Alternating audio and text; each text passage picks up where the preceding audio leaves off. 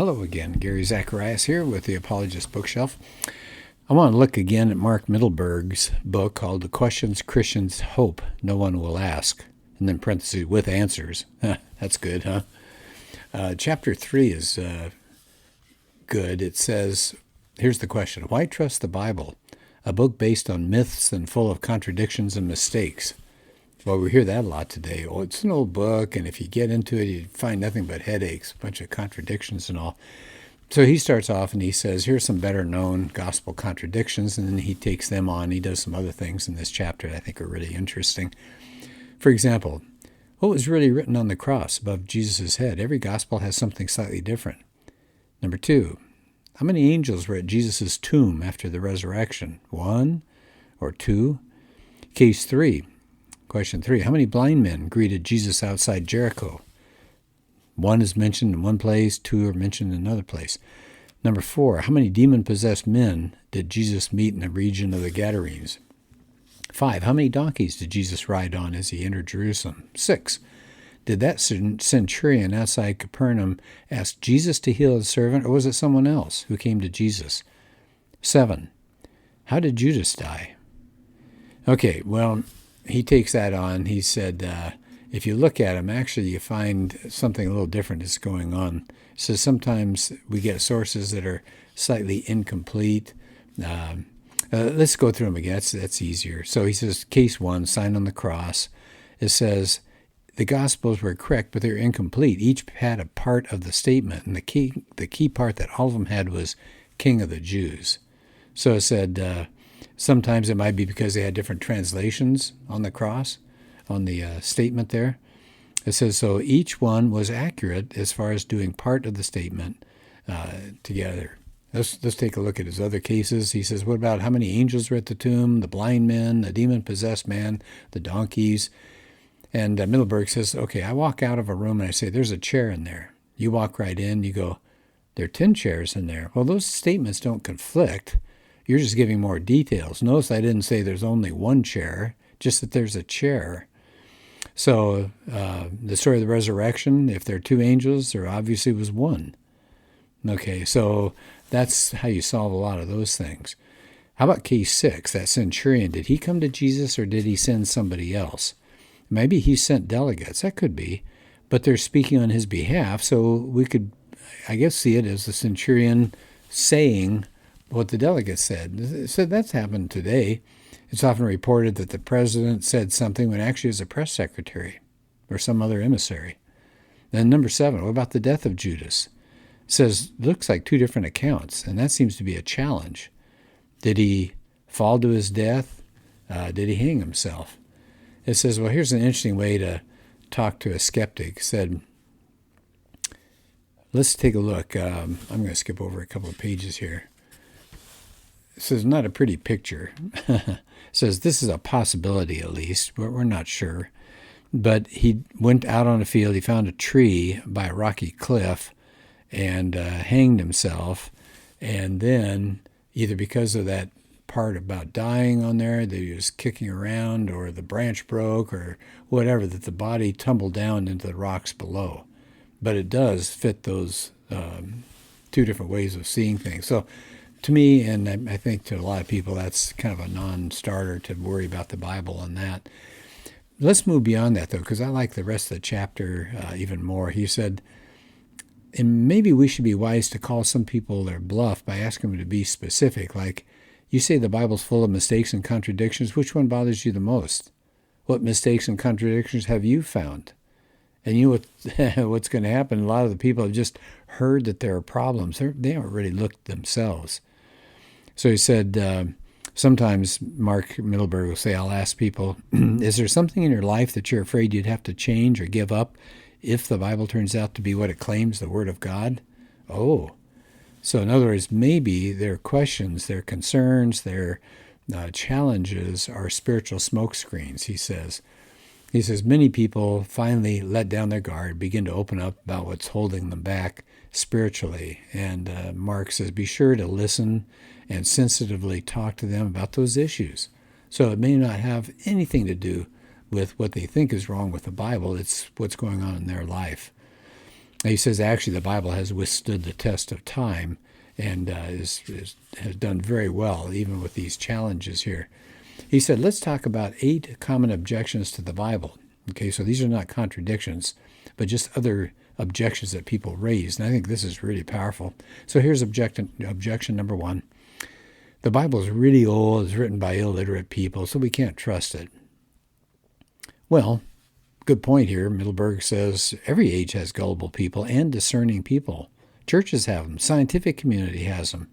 So just the fact that the Bible came about in ancient times doesn't have any bearing on whether it was gullible people or not.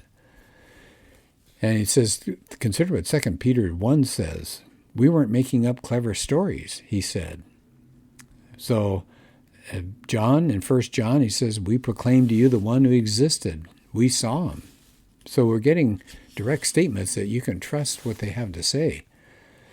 And it says, consider this. In the years when the New Testament was being written, the church wasn't widely accepted. People were losing their lives because of their association with Christianity. Who dies for something that they know is false? Like the disciples, right? They went to their deaths, but they never said any of this stuff was false. They kept proclaiming these truths, even if they were dying. Here's objection number 2. The Bible is written too far after the events to be considered reliable. In other words, you have an event and you have years and years and years going by, so now you got mythology creeping in and people's memories are fading and things like that. Well, Mark says, let's go back to 1 Corinthians. That was written around AD 56. Okay, so what happens in 1 Corinthians? Well, look in chapter 15. This is Paul talking. I passed on to you what was most important, what had also been passed on to me. Christ died for our sins. I'm going to skip a little bit. He was buried. He was raised. He was seen by Peter, then the 12. He was seen by more than 500, and on and on.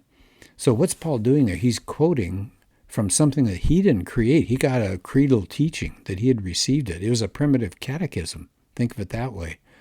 And some people believe that Paul got this creed from Peter and James when he visited them 3 years after his conversion. When was that? Within 5 years of the crucifixion. It's already a creed, which means eyewitnesses had that even earlier. Here's a New Testament scholar who says this tradition, we can be entirely confident, was formulated as tradition within months of Jesus' death. Lee Strobel called it a news flash from ancient history. So that's interesting. Look how far back. So we don't have the events of Jesus and then tons of years going by before anybody thought about what really happened. They already had it in creeds and written down.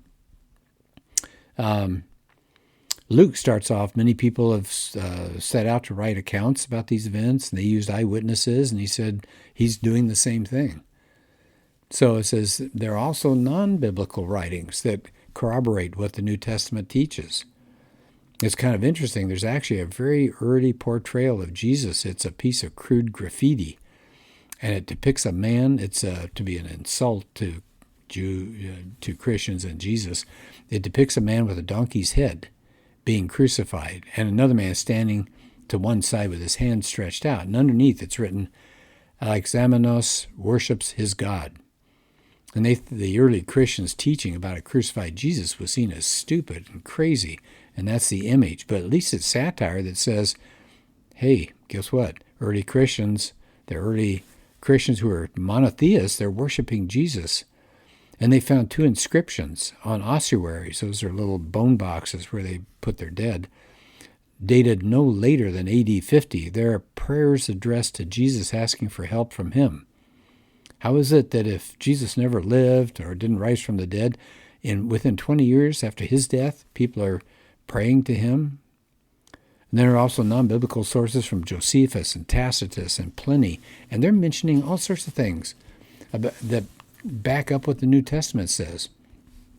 Gary Habermas, and I love his work, he said there are 39 ancient sources outside the Bible, that's the key thing, that provide over 100 facts about Jesus' life, teaching, death, and resurrection. And archaeology goes for the claims of the Bible and seems to reinforce them. So this idea that the Bible was written too far after the events, no, not really. Here's objection number 3. Well, even if it was accurate at first, the Bible was copied and translated, and it's been totally corrupted.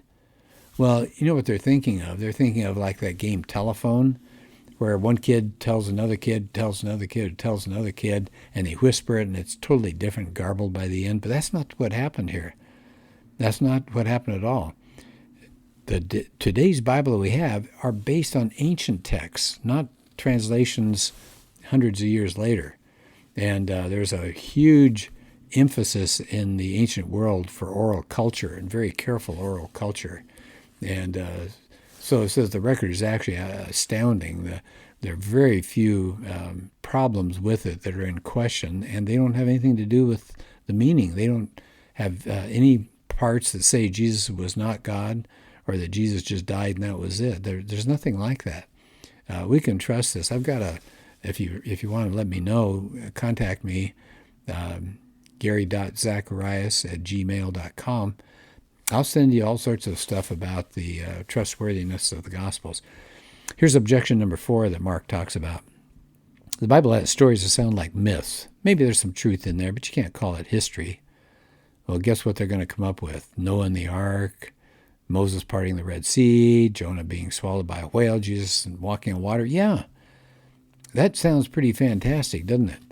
But Mark says, yeah, but think about science, about the Big Bang, that our huge universe all started as an infinitesimally tiny point and it burst forth. That seems pretty weird, huh? That's really strange. One person said, I think that if it had been a religion that first said that all matter had once been contained in an area smaller than a point of a pin, scientists would probably have laughed at that idea.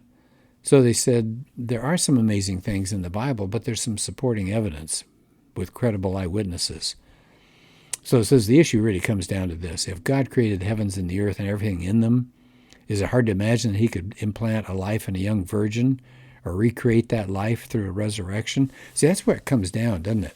You can laugh about some of these stories and all, but if there's no God, then of course these stories are silly. But if there's a God, if there is something behind this material world, then certainly things can happen that we would call miracles today. Here's another objection. Objection 5. The New Testament has carefully chosen books, and they banned others that might have really told us about Jesus. Well, that's what we heard from the Da Vinci Code. But here's the simple truth. Yeah, there are some other Gospels, but they came much, much later. They're called the Gnostic Gospels especially. They don't have any ties back to the apostles of Christ.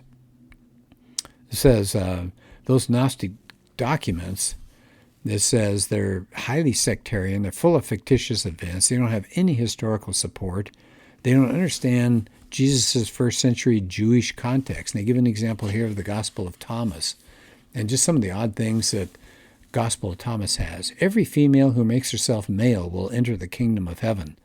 What? How about this one? Blessings on the lion if a human eats it, making the lion human. Foul is the human if a lion eats it, making the lion human. Wow. Those are those like Zen sayings almost, it's like deep meanings there. Okay, here's objection number 6. How can one religious book be right and all the others wrong? I mean, don't they all have some error and some truth? Well, what do Christians really claim about the Bible? It's fundamentally different from other holy books. Yeah, there are probably some truths, he says, in these other belief systems, but according to Jesus, none of those other truths lead to salvation. The Bible is way more than good advice. It teaches us about a Savior, about our need to rely on his righteousness. The Bible's got predictive prophecy, and again, I won't take the time to do that. I've mentioned a book called The Search for Messiah that talks about prophecies. But you see, Zechariah 12 has prophecies that he talks about here, where Jesus would be born, Micah 5:2, being in the line of King David, that's et cetera, et cetera. So I won't talk about those. But all sorts of things about the Bible that we can look at and have trust in it. Here's one more objective. Well, there were ancient mystery religions. They talked about dying and rising gods. Isn't it likely Christians borrowed those and invented a Jesus that kind of did the same thing? Well, actually, no. It says, there's a title of a book that he references here, The Gospel and the Greeks. Did the New Testament borrow from pagan thought? And he says the author here is a man named Nash, Ron Nash. The significant differences between the death of Jesus and the mythical deaths of the pagan deities must be coupled with the equally serious errors made by those who write of the resurrection of the mystery gods. It says, what mystery gods actually had resurrections? None. It says you can't do it. There's no claim Mithras or Adonis or Attis. It says the tide of scholarly opinion has turned against attempts to make early Christianity dependent on these dying and rising gods.